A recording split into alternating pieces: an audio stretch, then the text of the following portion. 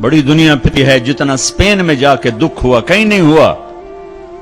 اس بات کا دکھ نہیں تھا کہ 800 سال کی حکومت ختم ہو گئی، دکھ اس پر میں مسجد قرطبہ میں کھڑا رو رہا تھا۔ میں اس بات پہ نہیں رویا کہ مسجد گرجا بن گئی، گرجا بن چکی ہے، تھوڑی سی جگہ کور کی ہوئی ہے مسجد کی، لیکن وہاں نماز پڑھنے کی اجازت نہیں، باقی ساری مسجد گرجا بن چکی ہے، بڑے بڑے بت ہیں، بڑی بڑی تصویریں، بالکل سینٹر میں گرجا ہے۔ نہیں، اس پہ نہیں رویا، رویا اس بات پر محراب کے سامنے کھڑا تھا اور مجھے وہاں قرطبی نظر آ رہے تھے نماز پڑھاتے ہوئے، ابن عربی کے فلسفے نظر آ رہے تھے، اللہ کی معرفت کی گتھیاں سلجھا رہے تھے،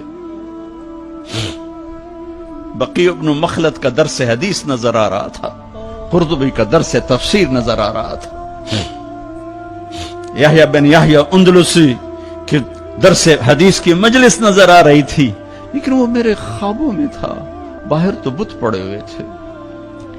اور میں جو دکھی ہوا کس بات پہ ہوا کہ جس وجہ سے اسپین کی مسجدیں گرجا بن گئی، 800 سالہ حکومت زیر و زبر ہو گئی، وہ ساری وجہ میرے دیس پاکستان میں موجود ہیں، اور کوئی نہیں سمجھ رہا، کوئی نہیں سمجھ رہا۔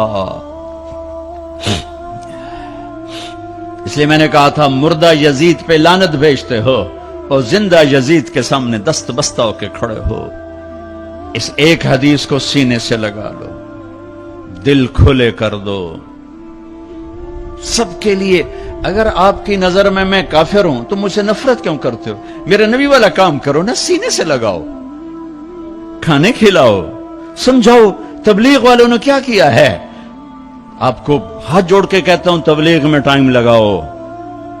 پوری دنیا میں واحد دین کی محنت ہے جس نے محبت کا وہ پیغام پہنچایا ہے کہ امت کو فرقہ واریت سے نکال کر ایک امت پنے کی شکل دکھائی ہے۔ میرے نبی نے کیا کیا؟ عبداللہ بن ابی کا جنازہ پڑھا دیا۔ میرے نبی نے کیا کیا؟ منافق مسجد میں بیٹھے ہوتے تھے اور آپ کو ایک ایک منافق کا پتا تھا، یہ منافق، یہ منافق، یہ منافق، کبھی نہیں مجلس سے اٹھایا۔ تو ایک کام تو یہ کرو کہ اپنے دل کو نفرتوں سے پاک کرو۔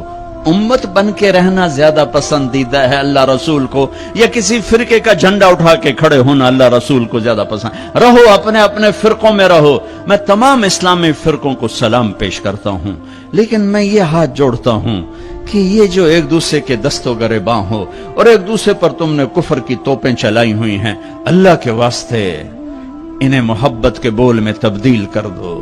ایک دوسرے کے گلے لگ جاؤ، ایک دوسرے کو کھلے ماتھے سلام کرو، ایک دوسرے کے پیچھے نمازیں پڑھو، ایک دوسرے کو قریب بٹھاؤ۔ اپنے نبی کی تم چھوڑو مولوی کی بات، میری تھوڑا قرآن اٹھا کے پڑھ لو، قرآن اٹھا کے پڑھ لو، خود پڑھو۔ سارے تم پڑھے ہوئے بچے بیٹھے ہوئے ہو، اپنے نبی کی سیرت پڑھو، میری گل کتے مار چھڑو، مینوں دفع کرو میں کون ہاں، میں مشتخاک۔ اپنے رب دا قرآن پڑھو، اپنے نبی دی حدیث پڑھو، اپنے نبی دی زندگی پڑھو تو انہوں پتہ لگ جائے۔ تو آج اپنے نبی کی ایک عظیم الشان سنت پیش کر رہا ہوں کہ اس دل کو سب کی نفرت سے صاف کر دو۔